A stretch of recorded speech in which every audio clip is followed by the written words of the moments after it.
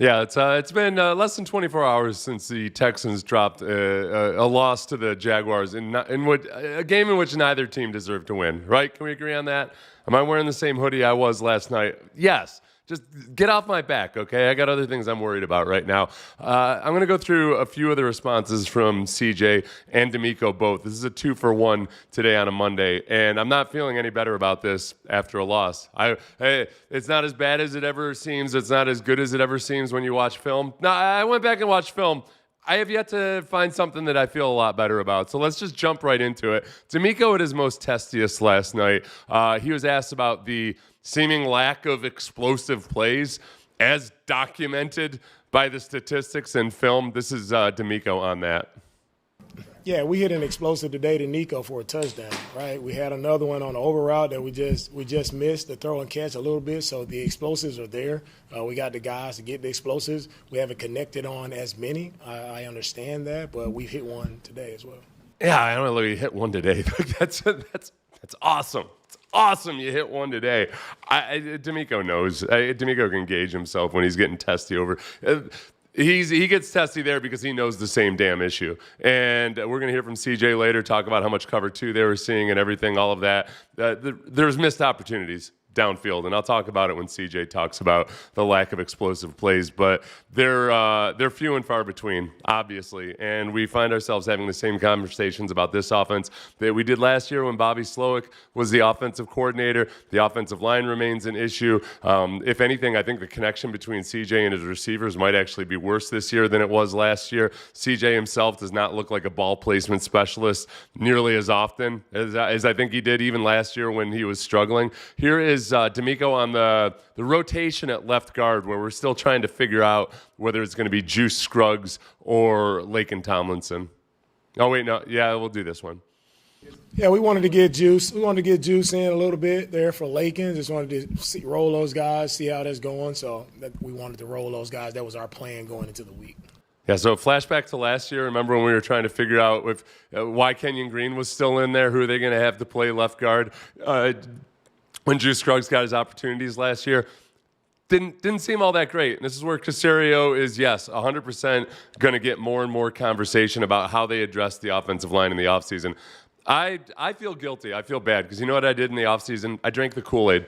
I fell in love with the dream. I fell in love with, I might as well have just gone to Jonestown because I believe 100% wholeheartedly that, look, it is true. If you have 5 average offensive linemen playing in unison and with good fundamentals, then you can be a competent offensive line. Sometimes you can even be a pretty good offensive line if you get all those things going.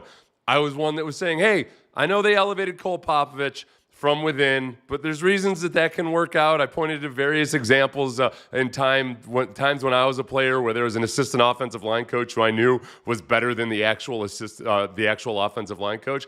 So far, we're not seeing any dividends from that. We'll get to CJ talking about some of the positives from the game, and there are some positives on the offensive line. I know that most of you don't want to feel that way, and I don't want to talk about it right now, but it is true. Here's CJ actually talking about some of the good things they did on offense. I thought we ran the ball well. I thought we somewhat threw it well. It's always better than what you think, but when you lose, of course, it's not good enough. So. There's the sun will rise up tomorrow, and we'll be able to go back to work. So that's a positive, and you got to just keep going forward. Everybody's gonna talk crazy like they've been doing, and have these analyses, and rightfully so. That's NFL. You give them an inch, they'll take a mile. So we got to be able to stay together, stick together, stay as a family, stay as a brotherhood, and try to get these things fixed because it's a long season. Sucks you start 0-3, but, it can be flipped. So. All right, 3 things about that. I'm going to start from the back and move towards the front. As far as the crazy talk, all right. CJ has largely been spared a lot of the craziest of takes. If anything, I think he's been treated with kid gloves, both nationally and locally, and I think that's going to start to change. This is through his second offensive coordinator.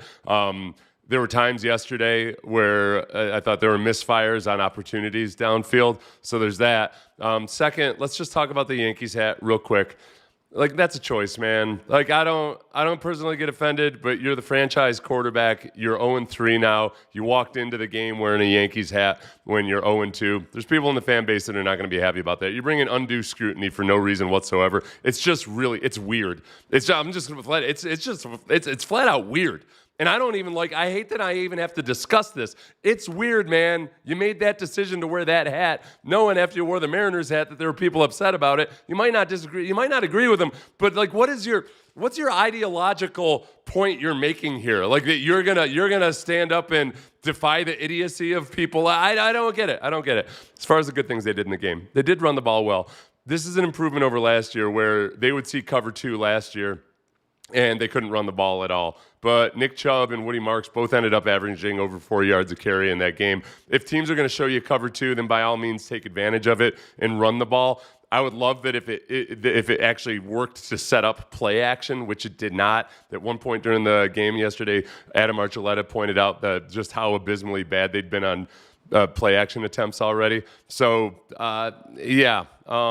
this one I wasn't super stoked about this either. CJ on Nico having that fumble, and how do you work through it? I just got to pick them up, just like they picked me up, after interception, and everybody was, helping me out on the sideline, keeping my spirits up, and same thing for him. We know, he knows that, we all know he doesn't really do that, so it's just something we got to just coach up, and whatever, happened, we got to just fix. And he's a heck of a player, and my faith is in him like everybody else's. So. Yeah, look, my faith in Nico isn't shaken. He has 8 receptions, over 100 yards yesterday.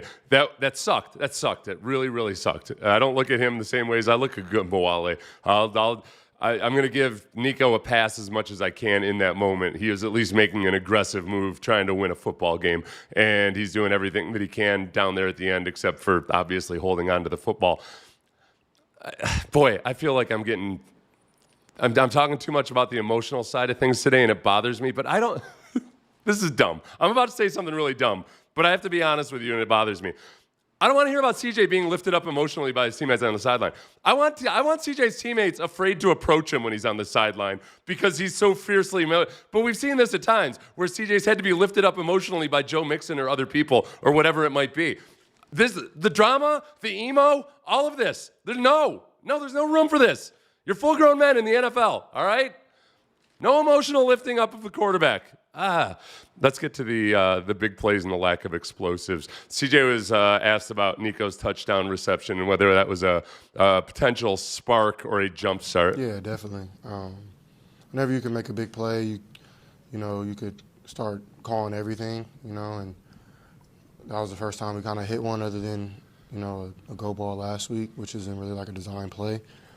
This league is hard to, take what they give you time and time after again. And, that's what this league has come into with all the too high zone coverage. And so, that play kind of opened everything up, and we started moving the ball really well after that.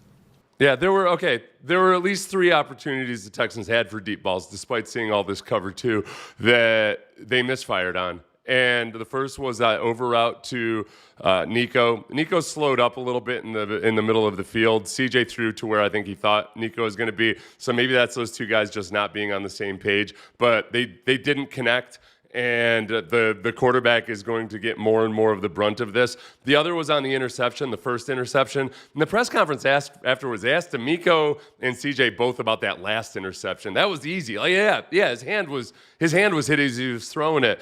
When he was targeting Christian Kirk, and Archuleta was given a lot of credit to the corner for baiting him, and I didn't see it that way at all watching it on the All-22.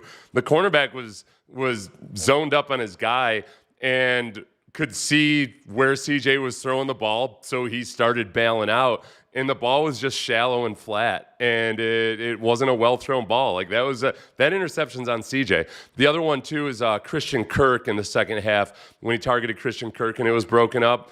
Ball could have been deeper. He's trying to keep it underneath the free safety to keep Christian Kirk from getting hit, but the outside receiver on that play, who I believe was Jaden Higgins, he was even in leaving at the time CJ decided to throw that ball. And I know we've been talking about Nick Caley perhaps not trusting the rookie receivers enough. Maybe CJ is partly to blame for all of that. But again, the connection or the decision-making, the actual touch on the ball, it's just not there the way it used to be. And we could blame all of the circumstances around him, but it's Nick Caley's got to get his crap together. Caserio didn't do enough to help the offensive line. Let's talk about Ursary right now. I know people wanted Ursary to get more help in the game. They were helping Ursary out. I don't know if you help him out every single play. At some point, Ursary's just got to be a better football player. You spent a whole lot of money on Cam Robinson, but you like Ursary in there right now. The interior of the offensive line, I'm not super enthused about, other than Ed Ingram, who's been playing well. It's just the offensive line in a lot of ways goes back to Caserio. It's going to fall on Cole Popovich until they show extreme improvement.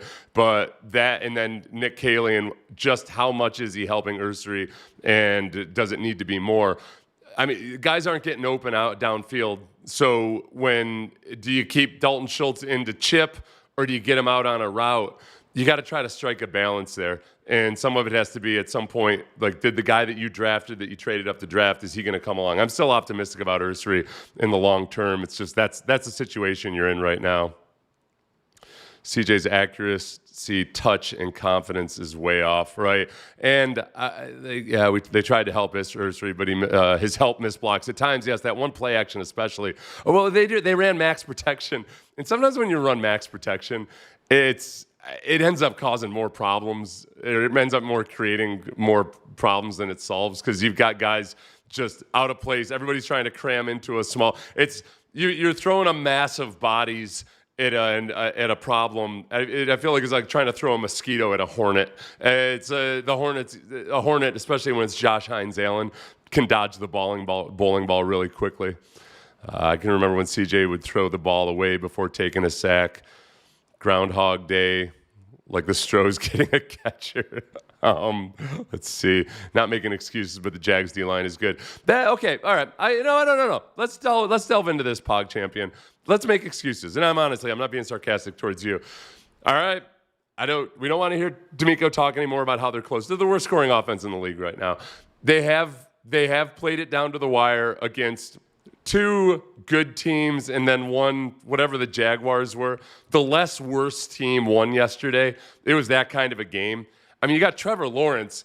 As much as I'm criticizing CJ for his first interception, Trevor Lawrence had no business throwing that football. What are you doing? You've got a lead at that point in the game. The Texans offense hasn't been able to do anything. Why are you even throwing that football? That was probably going to be a pick by Lassiter, even if Jalen Petrie hadn't gotten back there. That was an awful decision by Trevor Lawrence. That was just a bad football team. And yet you were in position to tie the game if Nico Collins just hadn't fumbled. The same way you were in a pretty good position driving the ball with Agumbawale the other day in week one. They've done some good things in the run game despite not having Joe Mixon. The actual dependability of not getting tackled for a loss, all those things, I think they've made some progress there. You're starting off in this 0-3 hole was the problem. And the 2018 Texans, as most of you know by now, are the only team this century to start off 0-3 and still make the playoffs. I went back and watched those first three games, or looked at the box scores from the first three games in 2018.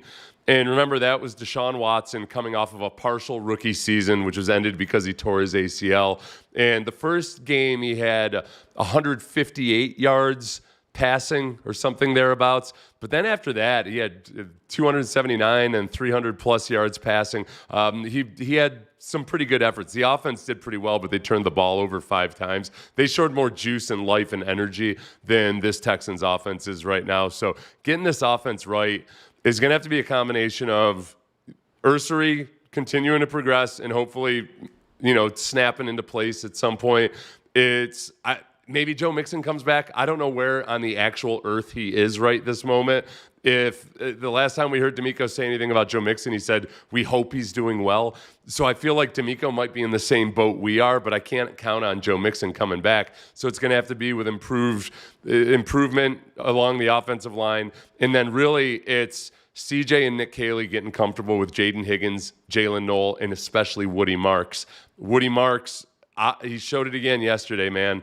He's got something to him. If CJ could just do him the service of throwing the ball and hitting him in the hands with it more often, I think that if they start to look at Woody Marks more as a weapon instead of a check down, actually running some angle routes and wheel routes and things with him, they've got something there they can work with. It's a good way. Look, the Texans are 7-point favorites against the Titans. You might ask how? The Titans are an awful football team.